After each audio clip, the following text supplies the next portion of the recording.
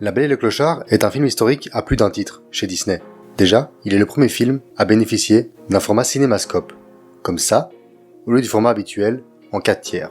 Cela dit, comme peu de salles à l'époque étaient équipées du format, le film est également sorti en 4/3. Et c'est aussi dans ce format-là que j'ai revu le film, puisque le DVD que j'ai utilisé n'avait que celui-là.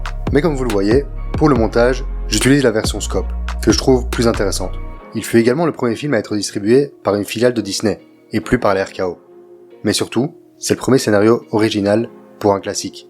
Bon alors bien sûr, il y a eu quelques histoires autour de son développement, avec un premier jet dans les années 30, parce que tous les classiques Disney ont commencé dans les années 30, écrit par Joe Grant, légende du studio et très influent à l'époque. Son histoire ne contenait pas Clochard, se déroulait surtout à l'intérieur, mais comportait déjà les chats et l'arrivée du bébé. Walt a détesté apparemment.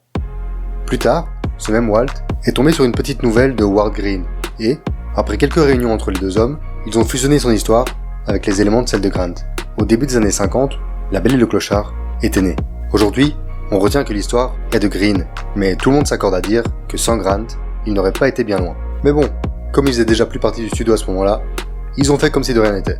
Ouais, donc il y a encore quelques petits coups dans le dos, mais au moins, on ne doit plus parler des déviances de Carol ou Barry, et ça fait plaisir.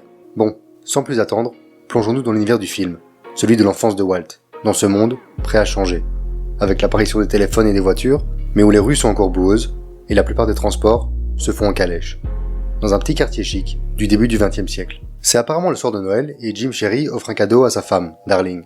Alors déjà c'est pas très courant comme nom, mais aussi, ce cadeau, c'est un chiot. Et elle a quand même dû être bien calme jusque-là dans sa boîte, la pauvre. Arrive du coup la première nuit, et la petite Lady, comme tout petit chien, se sent abandonnée. Alors, elle décide de s'échapper, et d'aller réveiller ses maîtres, qui acceptent, pour la première et la dernière fois, qu'elle dorme avec eux. Tu parles. À 6 mois, elle est devenue la vraie princesse de la maison. Elle mène une vie de chien tranquille, chassant les rats, déchirant les journaux, et traînant avec 2 chiens bien plus vieux qu'elle, Jock et César. Et heureusement que c'est des chiens d'ailleurs. Sinon ce serait malsain, t'imagines les parents qui envoient leur gamine jouer avec 2 vieux monsieur? Enfin bref, à 6 mois, elle reçoit enfin sa médaille. La plus grande fierté pour un chien domestique. La vie pour elle est parfaite comme ça. De l'autre côté du chemin de fer, on rencontre alors Clochard, un chien errant qui vit sa meilleure vie. Pour lui, vivre en laisse, c'est hors de question.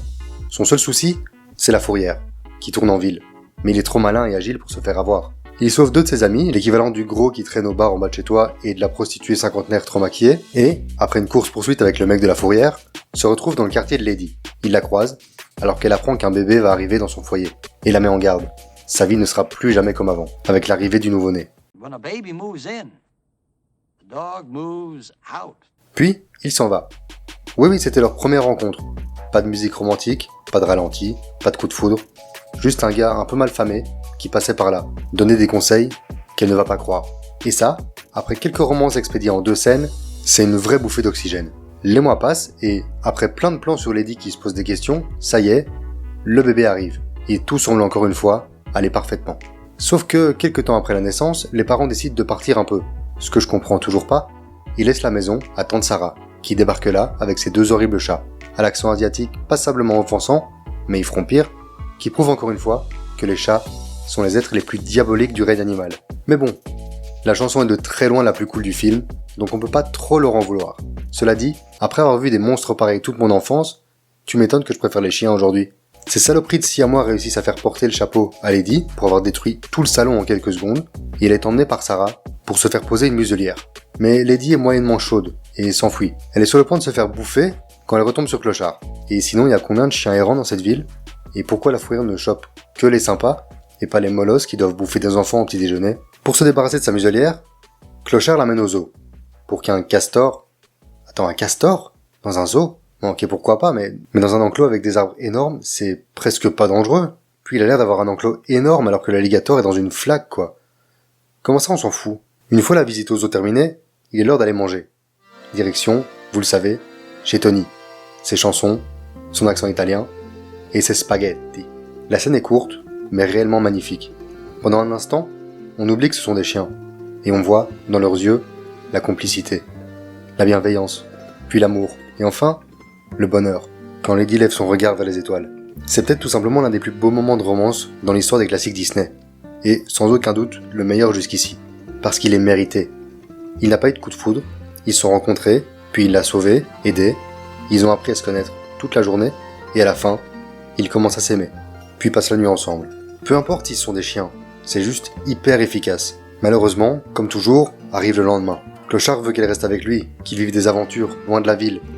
Mais Lady refuse, parce que... je sais pas, moi, les parents peut-être. Trouvant que c'est une excuse valable, il accepte de la raccompagner chez elle. Mais elle se fait choper par la fourrière et atterrit dans un endroit insupportable, avec des chiens qui chantent en pleurant, et où ceux qui sont là depuis trop longtemps sont emmenés à l'abattoir. Toujours à la fourrière, la prostituée trop maquillée chante une chanson sur combien Clochard se tape tout ce qui bouge, ce qui va rendre Lady un peu fort jalouse, parce que bon, faut bien une raison pour que ce soit un peu la merde avant le troisième acte, histoire de respecter les clichés du genre, non? De retour à la maison, elle est confinée dans sa niche, et quand Clochard vient la voir, elle lui tape sa petite crise. Mais l'arrivée d'un rat, qui se dirige vers la chambre du bébé, change tout. Le bâtard fonce dans la maison, Lady se libère et ils font tomber le berceau. Bravo les gars, super efficace. Tante Sarah est prête à les faire abattre tous les deux sur le champ, ou presque, mais heureusement, le retour de Darling et Jim, qui découvrent qu'en fait, ils ont protégé le bébé, sauve les deux chiens. Tout est bien qui finit bien, Clochard reste avec eux, accepte même d'avoir un collier, et il donne naissance à une suite. Enfin, à des chiots quoi. Et c'est fini. Et oui, c'est très mignon. Vraiment, je l'ai revu avec plaisir. Il y a une simplicité, une authenticité dans la relation entre les deux chiens qui fonctionne parfaitement. Ce que j'aime surtout, c'est que, enfin, les deux amoureux ont une personnalité propre. Clochard n'est pas un prince sans intérêt, uniquement désirable parce qu'il est un prince avec un grand château. Et cette différence avec Lady donne toute sa saveur au film. C'est une vraie histoire d'amour en fait, avec ses hauts, ses bas, et qui finit bien. Mais surtout, La Belle et le Clochard, c'est l'histoire vieille comme le monde, du choc des cultures. L'histoire basique, où chacun va apprendre de l'autre pour devenir meilleur. Et au final, former un ensemble qui sera pour eux la nouvelle définition du bonheur. Eux qui pensaient, chacun dans leur coin, que leur idée de la vie rêvée était la bonne. Clochard va se défaire de son idée que vivre sans attache, c'est la solution. Et que quand la personne est la bonne, ça vaut le coup de se faire passer la bague au doigt. Ou la laisse au cou. Et Lady va découvrir la rue, ses points positifs, mais aussi négatifs. Elle va apprendre qu'il y a une vie de l'autre côté du chemin de fer. Elle va faire des rencontres, bonnes et mauvaises. Elle va aussi apprendre que sa vision idéalisée des humains n'est pas toujours juste. Comme le prouve tante Sarah, ou les employés de la fourrière. Si c'est Clochard qui, à la fin, se fait mettre le collier, c'est bien Lady qui aura le plus appris. Appris à s'affirmer, comme quand elle tient tête à Clochard. Ou appris à enfreindre les règles, comme quand elle se libère pour aller sauver le bébé. Visuellement, on est peut-être sur ce qui s'est fait de plus beau depuis Pinocchio, avec des arrière-plans splendides, tant à l'intérieur qu'à l'extérieur. Le tout rendu encore plus impressionnant par l'utilisation du format cinémascope. Et c'est pour ça que je trouve ce format plus intéressant. L'animation des chiens est bien sûr géniale, avec quelques façons de bouger, de se coucher et de s'asseoir complètement réalistes, couplées à des expressions parfois totalement humaines, mais qui ne jurent jamais. Que ce soit les longs cils de Lady ou la moustache de Jock, ça fait partie de leur personnage.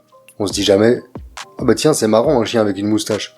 La Belle et le Clochard, c'est une belle romance, touchante, plus humaine que n'importe quelle histoire d'amour racontée par Disney avant ça.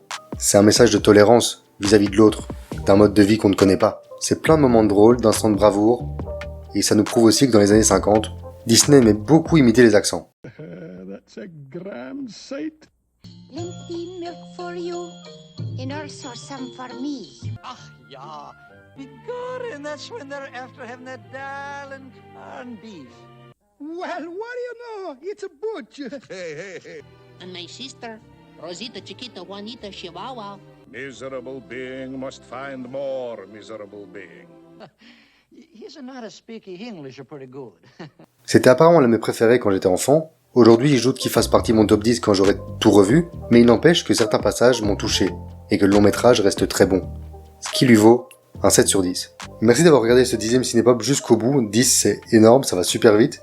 N'oubliez pas de liker, commenter, partager, vous abonner bien sûr. Et on se retrouve dans moins de 2 semaines pour un film dont j'ai pas de très bons souvenirs, mais qui va, j'espère, me surprendre positivement.